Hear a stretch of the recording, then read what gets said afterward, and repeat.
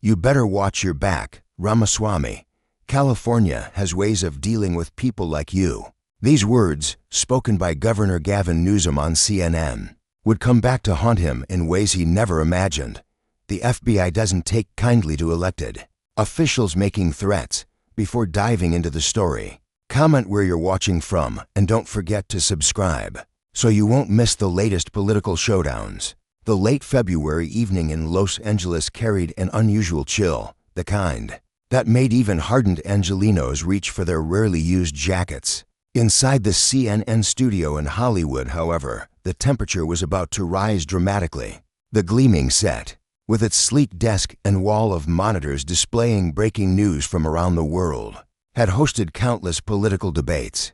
But what was about to unfold would go down as one of the most explosive confrontations in cable news history. Anderson Cooper, the silver-haired anchor whose calm demeanor had guided viewers through 2 decades of chaos, adjusted his tie one final time. His production team had briefed him extensively on tonight's guests, warning him about the bad blood between them.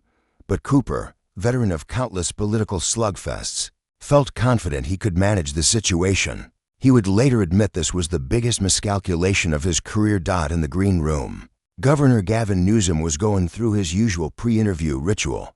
The 56-year-old Democrat, often described as Hollywood handsome with his perfectly coiffed hair and 1,000-watt smile, was surrounded by his entourage. Nathan Click, his communications director, was running through talking points one last time. "Remember, Governor, stick to the immigration policy discussion. Don't let Ramaswamy bait you into personal attacks," Click advised, his tablet clutched nervously in his hands. Newsom waved him off dismissively. "Nathan, I've been doing this since before that tech bro could spell politics. I know how to handle myself." Jennifer Siebel Newsom, the governor's wife and accomplished filmmaker in her own right, placed a hand on her husband's shoulder. "Gavin, just be careful. Vivek's sharper than he looks. Don't underestimate him." The governor's jaw tightened slightly. He'd been California's chief executive for 5 years, lieutenant governor before that, San Francisco's mayor before that. His political pedigree stretched back to the Getty family, California royalty. And now everyone was acting like some pharmaceutical entrepreneur who'd never held office was a threat. The condescension irritated him. "I've got this," he said, standing and smoothing his $3,000 Brioni suit. The navy blue had been carefully selected by his stylist to convey authority, without seeming aggressive. How wrong that calculation would prove to be. Down the hall, in a smaller, less appointed green room, Vivek Ramaswamy sat alone except for his chief of staff, Tricia McLaughlin. The 38-year-old entrepreneur-turned-political phenomenon was dressed in his signature style. Black turtleneck, dark blazer, no tie. Where Newsom's appearance screamed traditional politician. Vivek said Silicon Valley disruptor. "You sure you want to go after him on the homeless funding?" McLaughlin asked, reviewing her notes. "We could stick to border policy, keep it civil." Vivek shook his head, his dark eyes focused. "Tricia, he called me a false prophet at that fundraiser last week. Said I was selling snake oil to desperate people. This isn't about being civil anymore. California is falling apart under his watch, and someone needs to say it to his face." The bad blood between the two men had been simmering for months. It started when Vivek held a campaign rally in San Francisco, Newsom's former mayoral territory. Standing in Union Square, surrounded by visible homelessness and urban decay, Vivek had delivered a scorching indictment of California's governance. "This is what one-party rule looks like," he declared to the crowd. "Billions in homeless funding that disappears into connected nonprofits. Crime statistics manipulated to hide the truth. A governor more interested in his wine business than fixing the problems right outside his door." The attack was personal, specific, and designed to wound. Newsom, watching from Sacramento, had been furious. He'd built his national profile on California's progressive policies, positioning himself as the anti-Trump, the future of the Democratic Party. Having some upstart entrepreneur expose the state's failures threatened everything. Newsom had responded. At a high-dollar fundraiser in Marin County, surrounded by tech executives and Hollywood producers, Vivek Ramaswamy is what happens when wealth meets delusion, he'd said, wine glass in hand. He made billions in biotech, an industry that profits off sick Americans, and now wants to lecture us about compassion. He's a false prophet selling snake oil to desperate people who deserve better. The quote had gone viral, exactly as Newsom intended, but it had also done something else. It had made Vivek angry, really angry. The usually controlled candidate had spent the next week digging into California's finances, working with forensic accountants and investigative journalists. What they'd found was explosive. Now, as both men prepared to face off on national television, the stakes couldn't be higher. For Newsom, it was about defending his record and maintaining his presidential ambitions. For Vivek, it was about proving he could take on the establishment and win. At 8:57 p.m., Anderson Cooper took his position at the desk. The studio audience, a mix of political junkies, CNN employees, and guests of the network, settled into their seats. The stage was set in CNN's signature style, 3 chairs arranged in a triangle, allowing for intimate conversation or heated confrontation, depending on how things went. Good evening, I'm Anderson Cooper, and welcome to AC 360. Tonight, a special edition as we dive into one of the most contentious issues facing America, immigration policy. With me are 2 men who represent very different visions for America's future. California Governor Gavin Newsom, a Democrat who's implemented some of the nation's most progressive policies, and Vivek Ramaswamy, the entrepreneur and Republican presidential candidate who's calling for a complete overhaul of how we handle immigration. The camera pulled back to reveal both men taking their seats. The contrast was immediately apparent. Newsom sat with practiced ease, legs crossed, hands folded, that politician's smile firmly in place. Vivek sat forward slightly, more intense, his dark eyes already locked on his opponent. Gentlemen, welcome, Cooper began. Governor Newsom, let's start with you. California has declared itself a sanctuary state. Given what we're seeing at the border, do you still believe that's the right policy? Newsom's smile widened. This was his territory. Anderson, California's policies are about recognizing the humanity in everyone. We're a state built by immigrants, powered by immigrants. While some politicians, he glanced at Vivek, want to demonize newcomers for political gain, we're focused on practical solutions that respect human dignity. It was a solid opening, hitting the expected notes. But Vivek wasn't interested in playing by the conventional rules of political theater. Anderson, may I respond? Vivek interjected, not waiting for permission. Governor Newsom talks about humanity and dignity. Where's the humanity for the 171,000 homeless people in California? Where's the dignity for the families stepping over needles and human waste in San Francisco? He mentions practical solutions. Governor, you've spent $17.5 billion on homelessness in 3 years. Where did that money go? The smile flickered on Newsom's face. The number was accurate. Vivek had done his homework, but it was the directness of the attack that caught him off guard.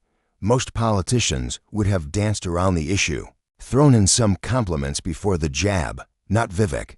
Mr. Ramaswamy, we're here to discuss immigration, Newsom began, but Vivek cut him off. It's all connected, Governor.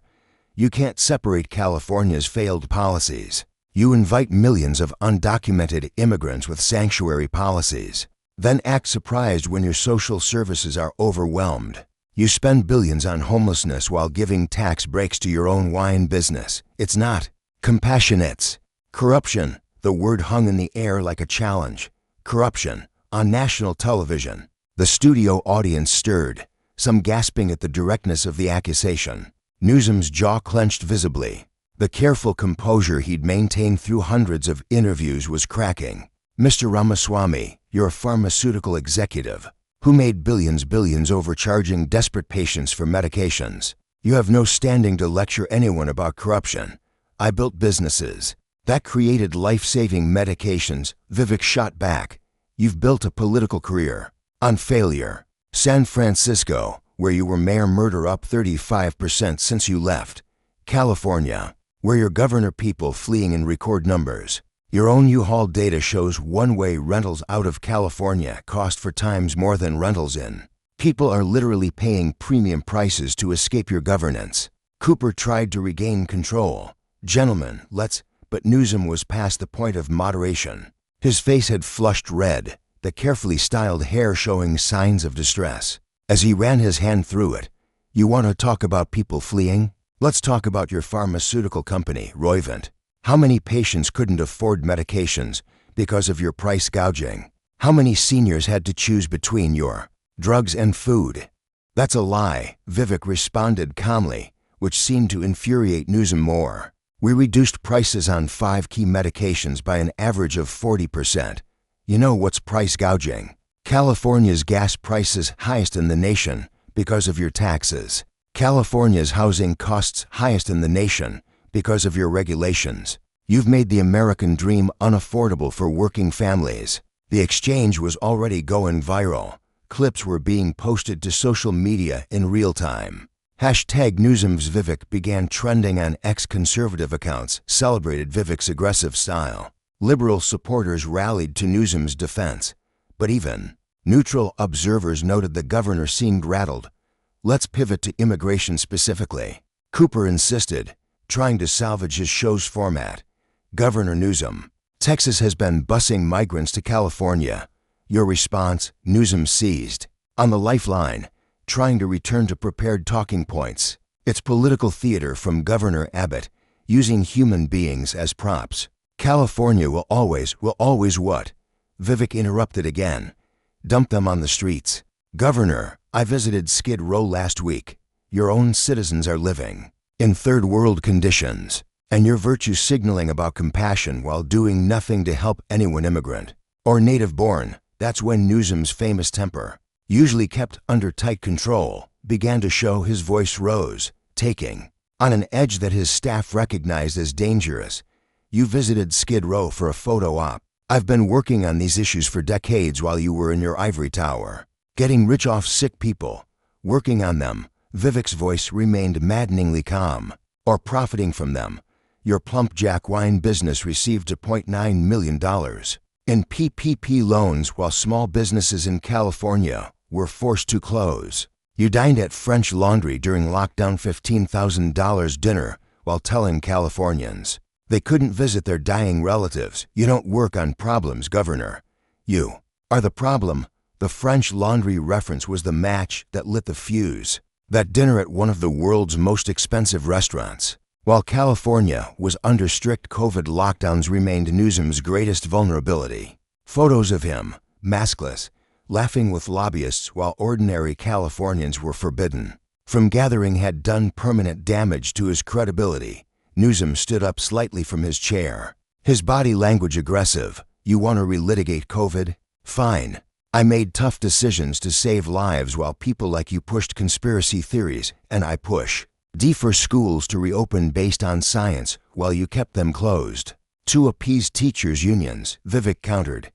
California had some of the longest school closures in the nation.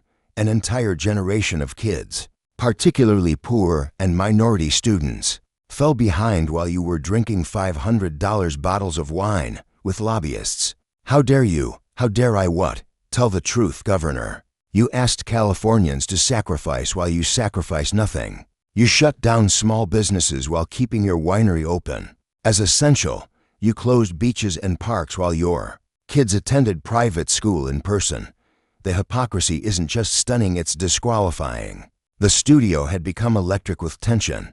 Cooper's producer was in his earpiece, telling him to go to commercial, but the veteran anchor knew this was television gold.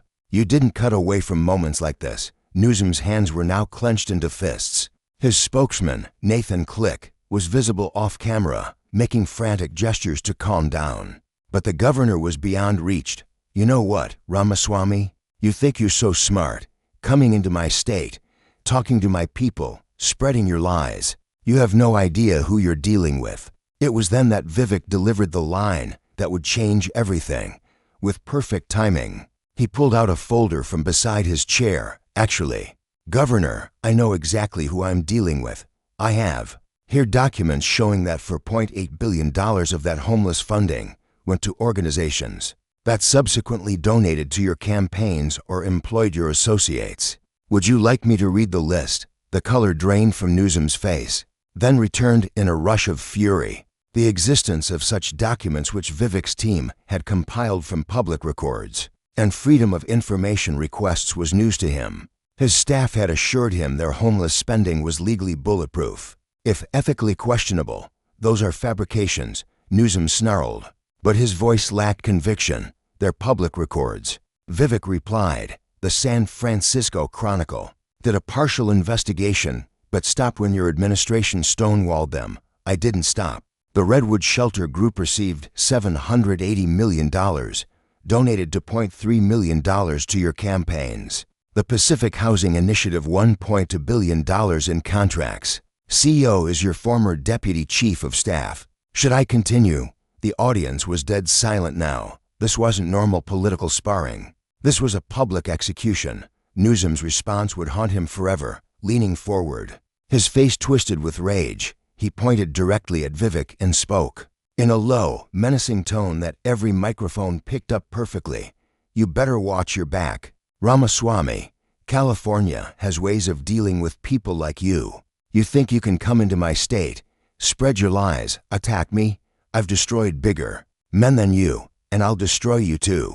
The words seemed to hang in the air, each one a boulder dropped into still water, sending ripples in every direction. Anderson Cooper's mouth actually fell open slightly in 20 years of broadcasting. He'd never heard a sitting governor threaten someone so explicitly on live television. Vivek, to his credit, remained perfectly calm. He turned to Cooper, then to the camera, speaking directly to the audience. Did the governor of California just threaten me on national television? Did everyone hear that? Cooper found his voice. Governor Newsom, do you want to clarify what you just said? But Newsom, lost in his rage, doubled down. I said what I said. When people come to California to spread lies and division, we respond. That's not a threat, that's a promise. Mr. Ramaswamy wants to play tough guy. He's about to learn what that means. Nathan Click was now physically approaching the set, but CNN security held him back.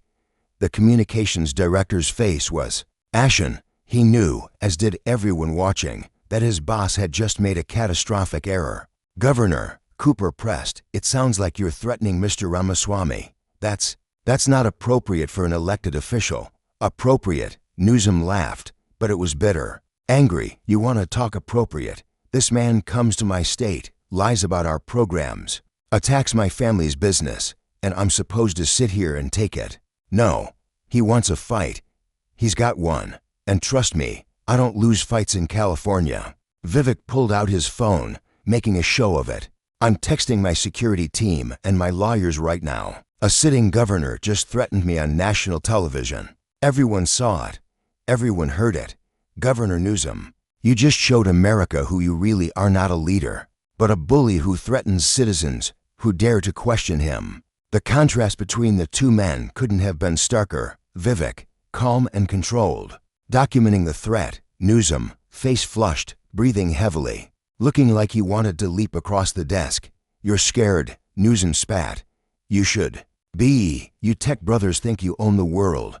Come to California, flash your money around, think you're untouchable, but you're in my territory now, my state, my rules, your state. Vivek replied, California belongs to its citizens, Governor, the ones fleeing your policies, the ones living on the streets while you protect your wine empire, the ones whose businesses you destroyed while protecting your donors. And now you're threatening me for exposing it. That's not strength, that's desperation. Cooper made one last attempt to salvage the interview.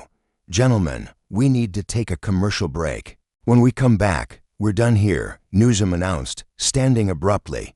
But before leaving, he leaned down toward Vivek, close enough that the overhead. Mick caught his words clearly. This isn't over, not by a long shot. You'll see what happens to people who come after me in California. With that, the governor of California stormed off the set, leaving behind a stunned studio, a bewildered Anderson Cooper, and a calm Vivek Ramaswamy, who understood he'd just been handed the greatest gift in politics. An opponent hood revealed. their true nature on live television. As CNN cut to commercial, phones were already ringing in newsrooms across the country. The clip was spreading across social media at unprecedented speed. Political analysts were being roused from their homes to provide emergency commentary. And somewhere in the federal building in Los Angeles, an FBI duty officer was reviewing the footage, determining whether a sitting governor threatening a citizen on national television warranted federal involvement. The interview had lasted just 18 minutes, but those 18 minutes would reshape California politics and a governorship and launch a federal investigation that would expose corruption at the highest levels of state government, all because Gavin Newsom, in a moment of unchecked rage, had forgotten the most basic rule of politics: never make threats you can't walk back. As Vivek left the CNN studio that night, surrounded by increased security, he knew the real fight was just beginning. Newsom had threatened him publicly. The question now was whether the governor would be foolish enough to follow through, and whether the system designed to protect citizens from exactly this kind of abuse of power still functioned in America. The answer would come sooner than anyone expected, and it would arrive in the form of black SUVs rolling up to the governor's mansion at dawn, carrying federal agents with questions that Gavin Newsom would find very difficult to answer.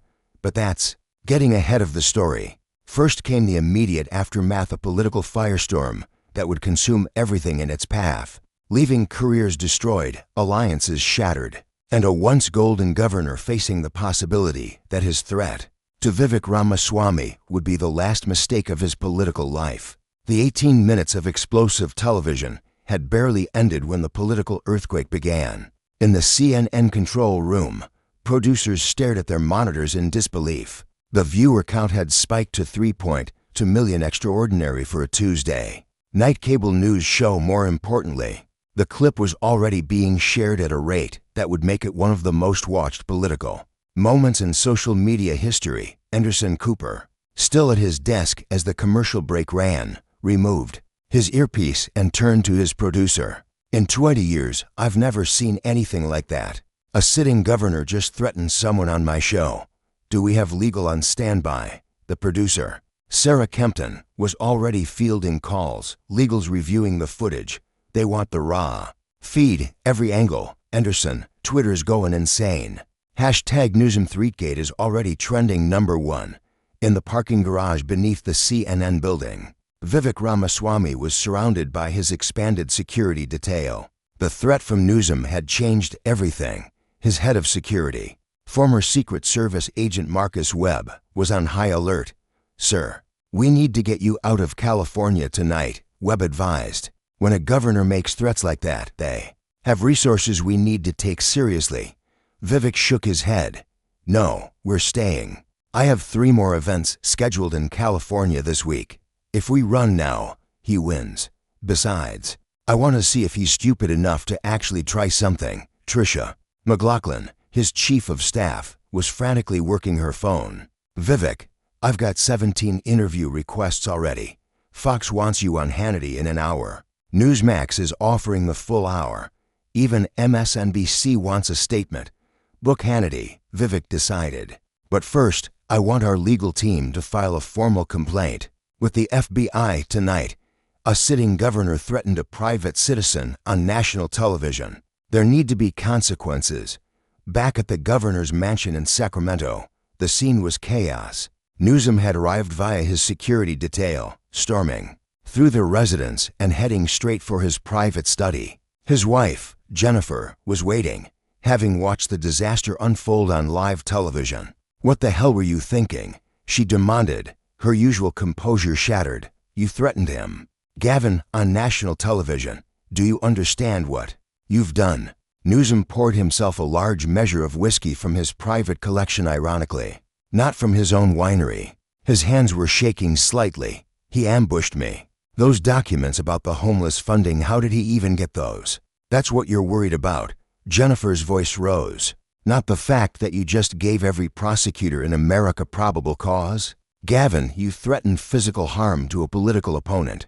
Nathan Click burst into the room without knocking, his face pale. "Governor, it's worse than we thought. The clip has 2 million views already. Every major news outlet is running it. As breaking news, the White House press pool is asking if President Biden has a comment. Newsom downed his whiskey in one gulp. "Get me Boyes on the phone," he ordered, referring to David Boies, the super lawyer who'd represented everyone from Al Gore to Harvey Weinstein. "And I want a statement out within the hour." This was taken out of context. Out of context, Jennifer laughed bitterly. "Gavin, you said watch your back, and California has ways of dealing with people like you.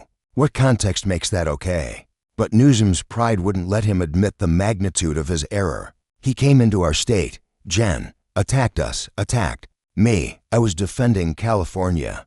Meanwhile, the political world was erupting. In Mar-a-Lago, Donald Trump was watching the replay on his massive television, a huge grin on his face. He immediately took to Truth Social.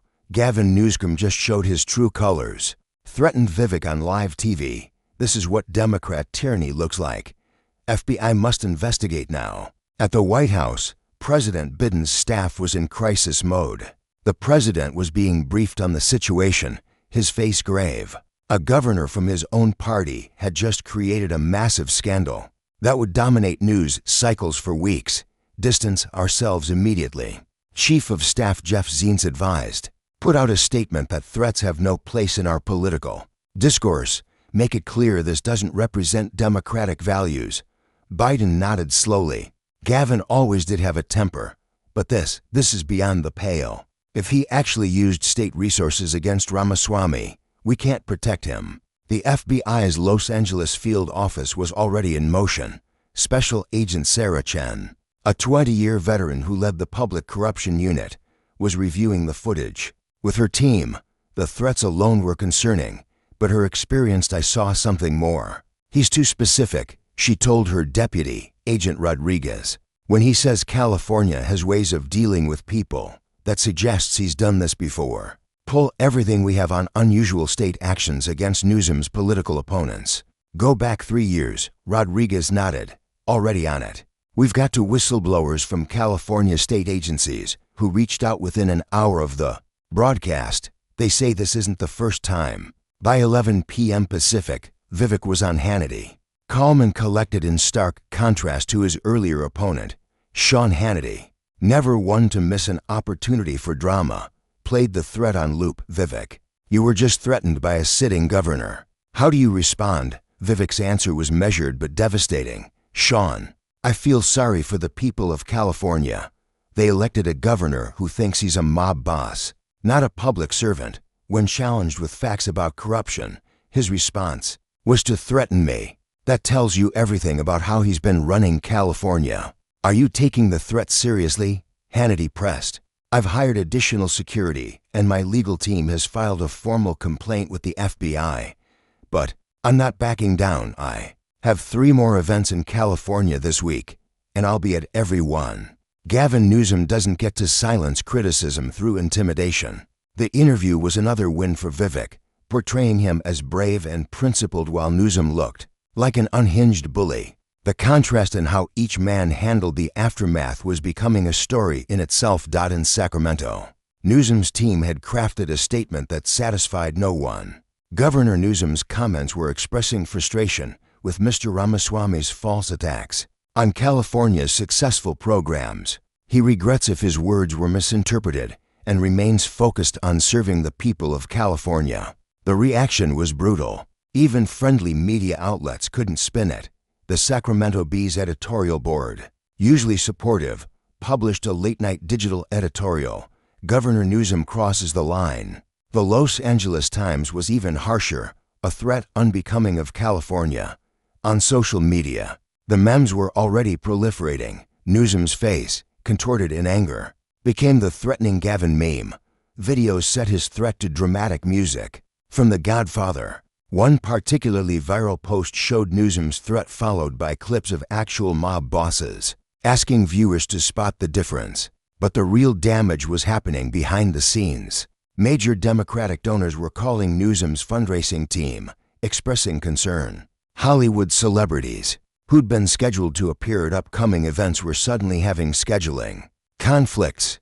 The governor who'd positioned himself as the Democratic Trump fighter was becoming radioactive. At 8 a.m., Newsom was still awake in his study, obsessively watching coverage on multiple screens. His phone rang. David Boies. Gavin, I've reviewed the footage, the legendary lawyer said without preamble. You have a serious problem. The threat itself might be explained away as political hyperbole.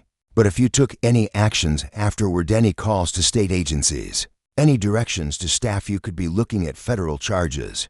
I didn't do anything, Newsom lied, even as he remembered the 3 calls he'd made on the drive back from Los Angeles, ordering investigations into Vivek's business interests in California. Good, keep it that way. And Gavin, no more public statements. Everything goes through me now. But it was already too late. In a modest apartment in Oakland, California Department of Business Oversight analyst Maria Santos was copying files onto a flash drive. She'd received a call from the governor's office 3 hours after the CNN interview, ordering her to expedite review of any Ramaswamy-affiliated businesses. The same thing had happened before with other Newsom critics. This time, she'd had enough. At the same time, in the California Department of Tax and Fee Administration, Supervisor James Park was documenting a similar call. Priority audit of Vivek's California business interests, he'd been told. Governor's orders. Park, a registered Democrat who'd voted for Newsom, felt sick. This wasn't what he'd signed up for. By Wednesday morning, the story had exploded beyond anyone's control. The New York Times led with governor's threat raises questions about abuse of power. The Wall Street Journal focused on the financial angle. Newsom's homeless spending under scrutiny, after heated exchange. But it was a small political blog that broke the next major development. Rumor, FBI investigating whether Newsom ordered state retaliation against Ramaswamy. The story, sourced to federal law enforcement officials, sent shockwaves through California politics. Newsom's morning staff meeting was a disaster. Half his senior staff looked like they hadn't slept. His chief of staff, Anamata Santos, delivered the bad news. Governor, we've had 3 resignation letters this morning. Deputy Chief of Staff, Communications Deputy Director, and your Legislative Affairs Director. They're spooked by the FBI rumors. Newsom slammed his hand on the table. Rats fleeing the ship, fine. We don't need cowards, Gavin. Anna said carefully, we need to consider options. Maybe a listening tour. Show humility. Apologize properly. I'm not apologizing to that. Newsom caught himself before another outburst. The paranoia was setting in. Who might be recording? Who might be a whistleblower? Meanwhile, Vivek was holding a press conference in San Diego, flanked by local Republicans and, surprisingly, 2 Democratic city council members who'd broken ranks. What happened on CNN wasn't just about me, Vivek told the assembled media. It was about whether elected officials can use their power to threaten and intimidate citizens. Governor Newsom showed us he believes he's above the law. The question now is whether our system will prove him wrong. A reporter asked about the FBI rumors. Vivek was careful. I've filed a complaint. What happens next is up to law enforcement. But I trust our institutions to do the right thing. Back in Los Angeles, Agent Chen's team had expanded rapidly. What started as a preliminary inquiry into the threat had become something larger. The whistleblowers Maria Santos and James Park had both come forward, independently painted a picture of systematic abuse of power. It's a pattern, Santos told the agents, providing documents going back 2 years. Anyone who criticizes the governor publicly gets audited, investigated, or regulated out of business. We call it the list. She provided examples. A restaurant owner who'd criticized COVID lockdowns suddenly faced health inspections every week until he closed. A tech entrepreneur who'd questioned homeless spending found his California permits mysteriously delayed. A Central Valley farmer who'd opposed water restrictions discovered his tax filings under enhanced review. How many names on this list? Agent Rodriguez asked. At least 40 that I know of. Maybe more in other departments. The FBI agents exchanged glances. This wasn't just about a threat anymore. This was potential RICO territory, a pattern of corruption that could bring down an entire administration. By Wednesday evening, CNN had to address the elephant in the room. Anderson Cooper opened his show with remarkable candor. Last night on this program, we witnessed something unprecedented. A sitting governor threatened a political opponent. What's happened since has been equally remarkable. Reports of FBI involvement, whistleblowers coming forward, and questions about systematic abuse of power in California. We'll have full coverage tonight. The show featured a panel of legal experts who were unanimous Newsom had crossed a line that couldn't be uncrossed. Even the Democratic strategist on the panel struggled to defend him. Look, the governor was clearly provoked. She tried. But threatening someone on live TV? That's indefensible. He needs to resign and let California move forward. The resignation calls were beginning, starting with progressive Democrats who saw Newsom as a liability. State Senator Scott Wiener, a San Francisco Democrat, released a statement. Public servants must be held to the highest standard. Threatening citizens is unacceptable. Governor Newsom should consider what's best for California. In the governor's mansion, Newsom watched his political career crumbling in real time. His phone, once constantly buzzing with calls from supporters and supplicants, had gone quiet. Even his biggest donors were ghosting him. Jennifer found him in his study at midnight, a half-empty bottle of wine on his desk. "Gavin, we need to talk about the future." "What future?" he asked bitterly. "They're circling like vultures. My own party wants me gone. Maybe." She hesitated, then pressed forward. "Maybe they're right. Maybe it's time to step aside. For the family. For the kids." Newsom's eyes flashed with the same anger that had doomed him on CNN. "I'm not resigning. Let them try to take me down. I've got resources they don't even know about." It was exactly the wrong attitude to have when the FBI was listening, because by then they were. A federal judge, reviewing the evidence from whistleblowers and the documented threats, had approved surveillance warrants.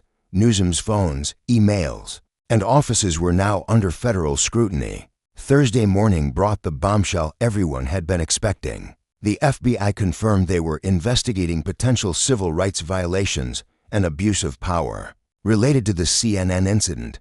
They didn't name Newsom directly, but everyone knew who they meant. Vivek, campaigning in Fresno to a packed crowd, responded with characteristic discipline. "This isn't about politics anymore. It's about the rule of law. I have faith that justice will prevail." But privately, his security team was taking no chances. They detected two attempted surveillance operations on Vivek's California events, both traced back to individuals with connections to California state agencies. The threats, it seemed, weren't entirely empty. The California legislature, controlled by Democrats, was in crisis mode. Assembly Speaker Robert Rivas and Senate President Pro Tem Tony Atkins held an emergency meeting.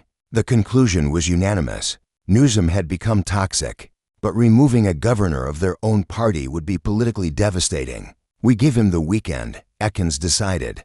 "If he doesn't resign by Monday, we begin hearings on his conduct."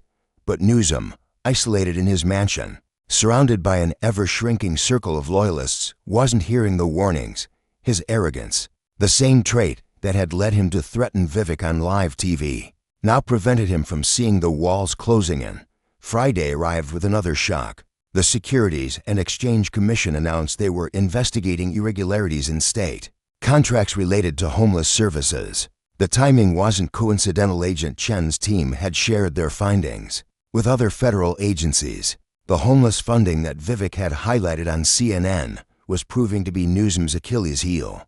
Billions of dollars, minimal oversight, and connections between contractors and political donors. It was a corruption scandal that made previous California controversies look minor. By Friday afternoon, protesters had gathered outside the governor's mansion. Not the usual partisan crowds, but a mix of homeless advocates, government transparency activists, and citizens angry about the abuse of power.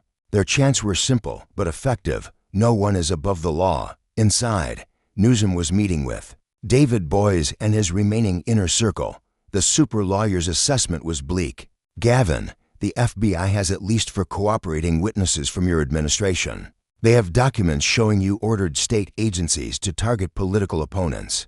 The CNN threat was bad enough, but this pattern of behavior. You're looking at potential RICO charges. RICO, Newsom went pale. That's for organized crime. It's for patterns of corruption. Boys corrected. Which is what using state resources to target critics looks like to a federal prosecutor. The meeting was interrupted by Nathan Click, one of the few staffers still loyal.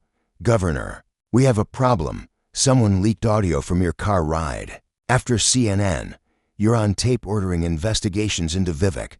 The room went silent. If true, this was the smoking gun that would transform the threat from political theater to criminal conspiracy. Newsom's voice was hollow. How? Your driver.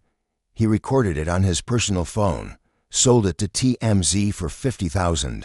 Even David Boies, who'd defended some of the most controversial figures in American history, looked defeated. Gavin, it's over. The only question now is whether you resign with dignity or get arrested in office. But Newsom's pride, his fatal flaw, wouldn't let him accept reality. I'm the governor of California. They can't touch me. As if in response to his hubris, Nathan Click's phone buzzed. He looked at it, his face going white. Governor, there are federal agents at the gate. They have warrants. The black SUVs had arrived, just as Vivek had predicted they would. The governor who'd threatened to use California's power against his enemies was about to learn that federal power was far greater, and it didn't take kindly to corruption, threats, or the abuse of public office.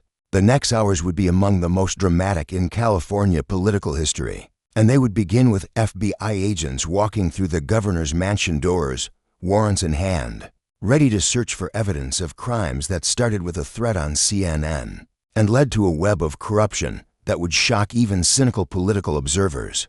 The convoy of black SUVs rolled through the gates of the California governor's mansion at 6:47 a.m. on Friday morning, their engines purring with quiet authority. The February dawn was just breaking over Sacramento, painting the sky in shades of pink and orange that seemed almost mockingly beautiful given what was about to unfold.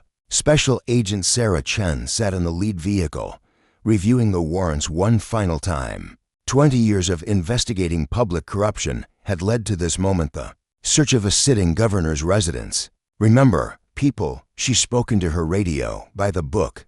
Every document photographed, every item logged.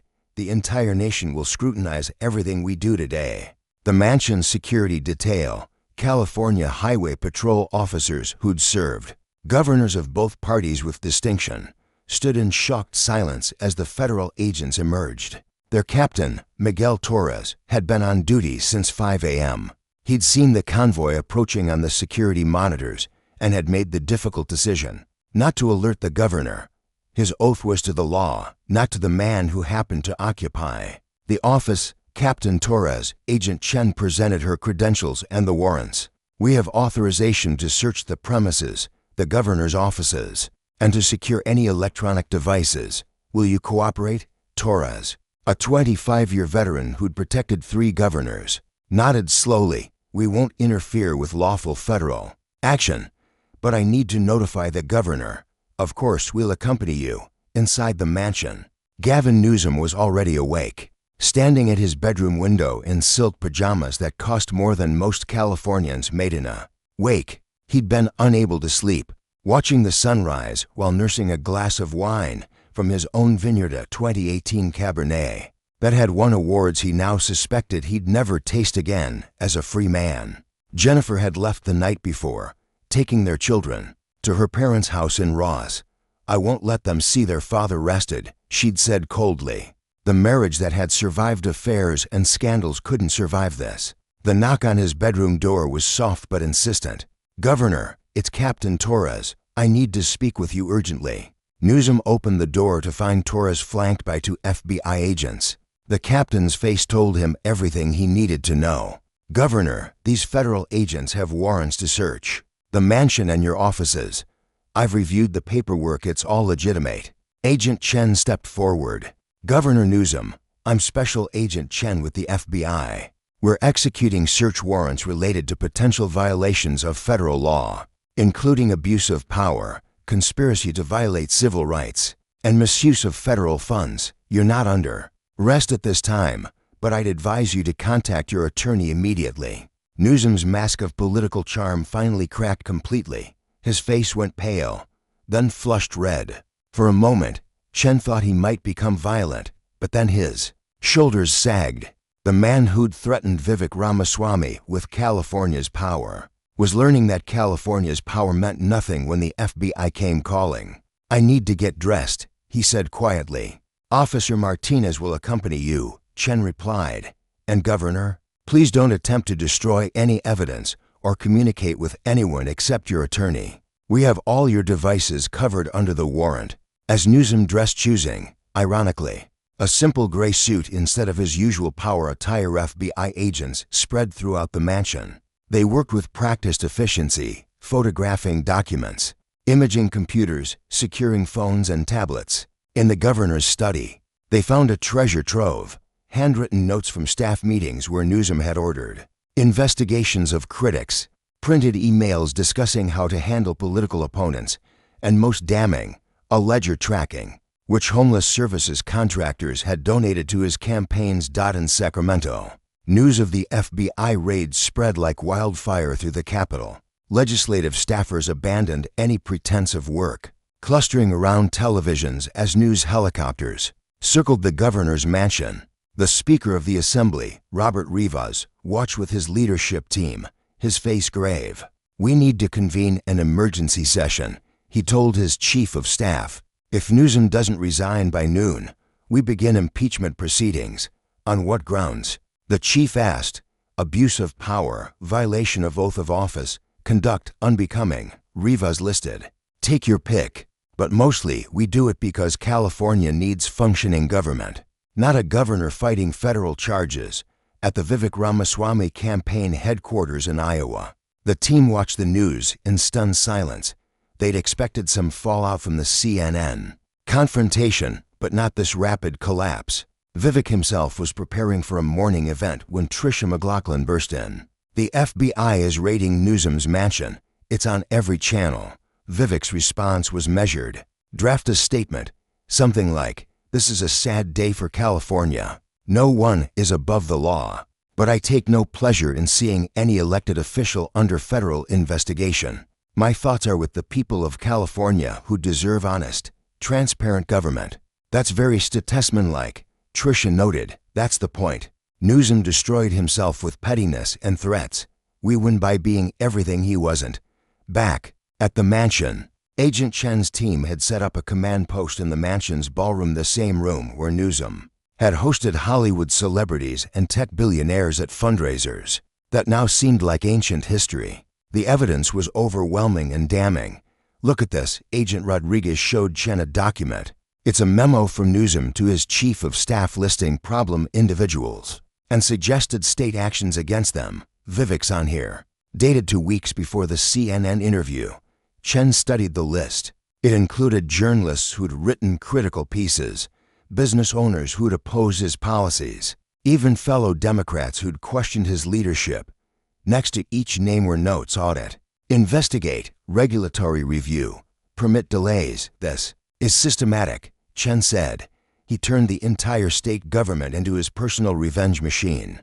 The search of Newsom's electronic devices yielded even more damaging evidence. Text messages to department heads ordering investigations, emails to donors promising regulatory favors, calendar entries for meetings that didn't officially exist, where political retaliation was planned. But it was a single phone call recording that would seal Newsom's fate. His driver, Ernesto Morales, had indeed recorded the conversation. After the CNN interview, the audio was crystal clear. Newsom's voice, angry and slightly slurred. "I want everything on Ramaswamy. Every business, every investment, every parking ticket. Call Martinez at Tax and Revenue. Tell him it comes from me. And get Parker at Business Oversight full audit of anything with Vivek's name on it." Unknown voice, later identified as Nathan. Click. "Governor, is that wise, given what just happened?" Newsom: "I don't give a fuck about wise. He came into my state, my house, and disrespected me. You saw those documents. He had someone leak those. I want to know who, and I want them destroyed.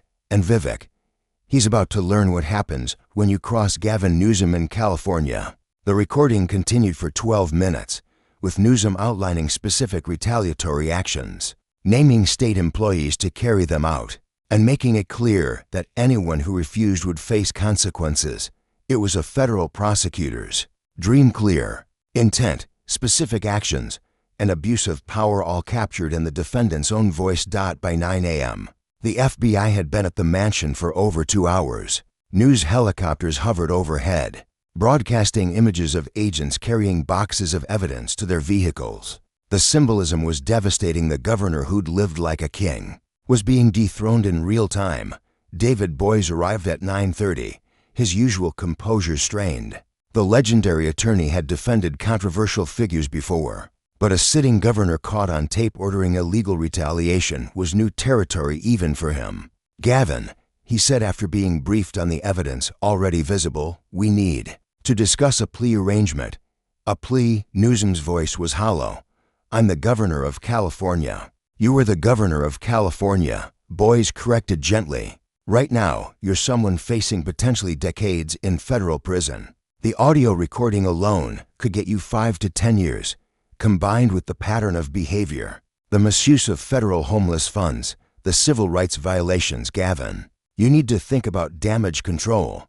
The mention of homeless funds opened another wound. Agent Chen's team had discovered what Vivek had only hinted at: a complex web of contracts, where billions in federal and state money meant for homeless services had been diverted to politically connected organizations that kicked back donations to Newsom's campaigns. It was money laundering on a governmental scale. "How much?" Newsom asked quietly. "From what I'm seeing, at least $500 million in questionable contracts over 3 years, maybe more." Newsom sank into a chair, his head in his hands.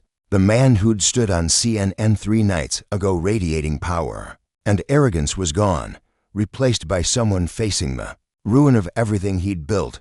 Outside the mansion, California politics was in free fall. Lieutenant Governor Eleni Kounalakis held an emergency press conference, carefully distancing herself from Newsom while preparing to assume power. The Democratic establishment, which had once seen Newsom as presidential material, was in full retreat. As Newsom sat in his cell, he had plenty of time to reflect on how it had all gone wrong. The threat that had seemed so powerful in the moment, "You better watch your back," had become his epitaph.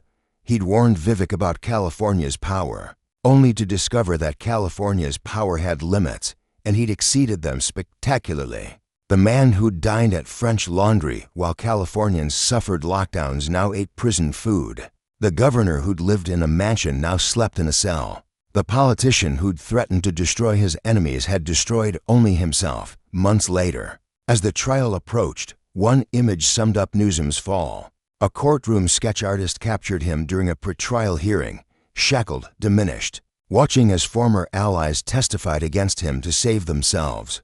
The golden boy of California politics had become a cautionary tale about the corrupting nature of power. The story that began with a threat on CNN ended with a federal conviction. Newsom eventually pled guilty to avoid a trial that would have exposed even more corruption. He was sentenced to 12 years in federal prison, with millions in restitution to the state of California. In his allocution, Newsom finally showed genuine remorse. "I lost sight of who I was supposed to serve. I used power to hurt people who disagreed with me. I stole from programs meant to help the vulnerable. I betrayed the public trust. I'm deeply sorry, but apologies couldn't undo the damage." California spent years recovering from the corruption he'd embedded in state government. Dozens of officials were prosecuted. Hundreds of millions in stolen funds were recovered.